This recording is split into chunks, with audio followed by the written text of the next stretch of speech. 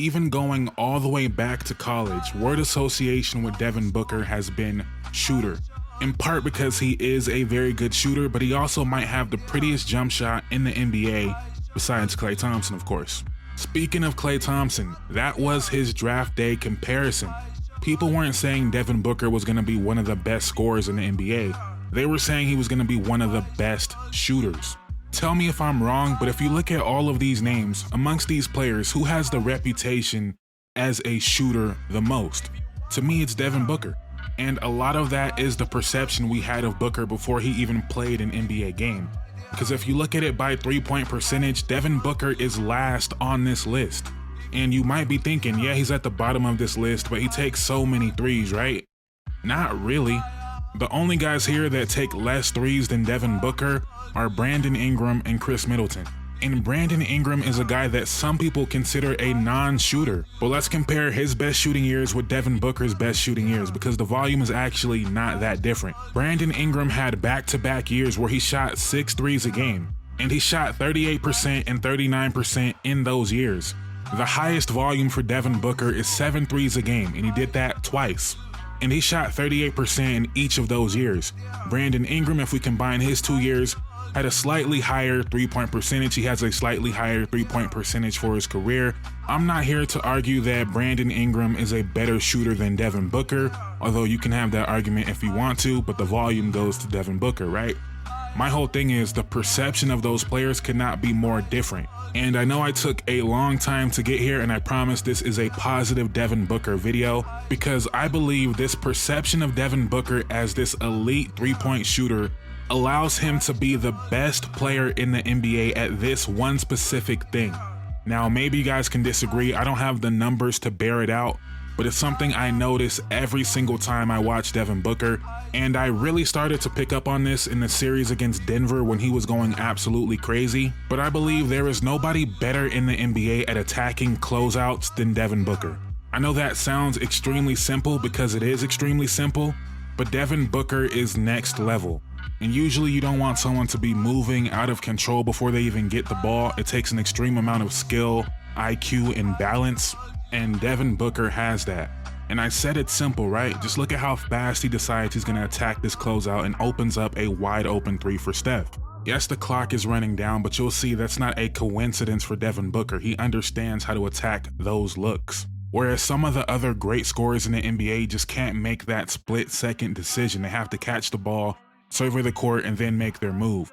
Devin Booker has already surveyed the court before he even touches the ball. You rarely see Devin Booker catch the ball without a plan. And when you have his skill set, you can do that. When you can pull from 30 and also have one of the best pull-up middies in the NBA, when you can blow by the bigger guys and post up the little guys. This play right here, you might argue, oh, he didn't have a plan here, but he can legitimately make that shot he pump faked, but he can also bully Mike Conley and get to the rim. And he made that decision in a split second. And maybe it's not just attacking closeouts. Maybe that was the wrong way to put it. It's really his decisiveness.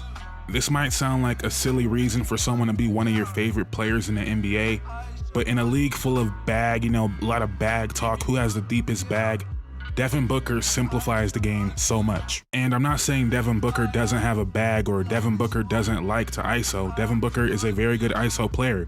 We see him take his time at times, right? But for the most part, he understands when to do that. You almost never see a possession work its way to Devin Booker and the possession dies. And we kind of think of Devin Booker as a slower, more methodical player, and in a lot of ways he is, which is what makes him playing at this pace pretty much unguardable, and again, balance. Look at that balance. And it's the same thing in transition as far as his decisiveness, even though I don't love that shot, but he's decisive every single time. He knows exactly what he's about to do. These aren't great shots to me. They're not, but I still like it.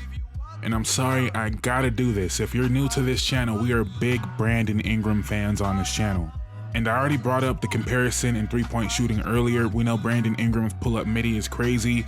We know Brandon Ingram is a great passer for a wing.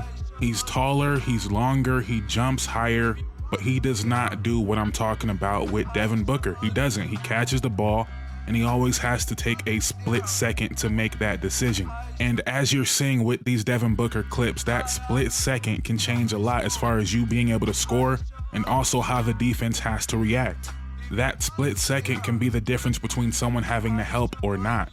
And I don't want to make this a Brandon Ingram video because I talk about Brandon Ingram so much on this channel, but if B.I. played with this type of pace, he'd be unguardable. If he didn't give the defense a chance to set up every time before he made a move, man. But I'm gonna leave that there because I think it applies for a lot more people than just Brandon Ingram. Jason Tatum, I feel like, is getting better at it, but even him more. Just go, let your talent take over.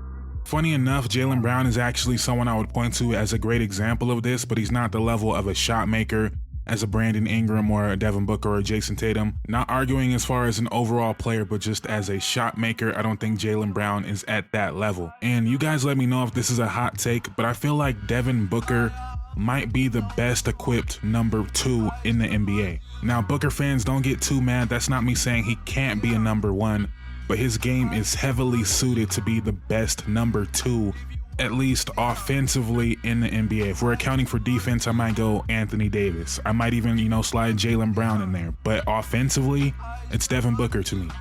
The only pushback might be Dame and or Kyrie Irving, who just went to his 4th finals as a number 2 option. So that is a pretty strong argument actually, but I'm still going Devin Booker. And obviously we're not counting Steph, KD, or Bron. We can argue about who's number 1 on the Suns right now, but I look at what people would consider the 4 best players in the NBA, and Luka, Jokic, Giannis, and Embiid. Who would I most want to put next to those players on offense? Is it not Devin Booker? And it's hilarious because the 3 guys you would argue are on those teams already. You got Kyrie, you got Dame, and you got Paul George. All guys that are actually better shooters than Devin Booker, by the numbers at least. And now that I'm thinking about it, Kyrie Irving was actually excellent at doing exactly what I'm talking about as far as attacking closeouts, as far as already having his mind made up, making quick split decisions. So obviously if you're choosing Kyrie, that is not a wrong answer. I just think Devin Booker is the better player right now in 2024. And we should also give Dame a year to adjust to playing with Giannis, even though it seems like that would be an easy adjustment. I just think about what Devin Booker would look like playing with someone that draws that much attention. Even Kevin Durant, he's on the team, he draws attention, but Kevin Durant doesn't. I know it's crazy to say, but Kevin Durant doesn't really cause any help. Again, I know it sounds crazy, but he doesn't really get to the rim. He doesn't get to the line. He doesn't take a lot of threes, especially if we're talking about regular season basketball when teams are content to give up that 15-footer that KD just wants to settle for every single time. And it's not really a settle for KD because he makes it at an insane rate. The defense he's not causing any panic or chaos in the defense that would end up freeing up Devin Booker the way some of these other guys would. And before you guys take that as such a huge slight, an easy way to put it, what's going to cause the defense to panic or react more? A Kevin Durant 15-footer or Giannis full head of steam to the rim? And we don't even have to talk about like a Giannis or Embiid or a Jokic. I would love to see him play with someone like a De'Aaron Fox, someone that puts pressure on the rim. I'm a Pelicans fan, and playing with someone like Zion would be crazy. If you've seen any of my recent videos, you guys know I'm not very high on this Suns team. So I'm keeping an eye on Devin Booker for what's next for Devin Booker, if it's with the Suns or without the Suns. But I would love to see Devin Booker in a better situation. But let me know what you guys think in the comments down below regarding anything I said in this video. Whether you agree or disagree, let me know. Thank you guys so much for watching. Please drop a like, please comment, please subscribe. I'm out. Peace.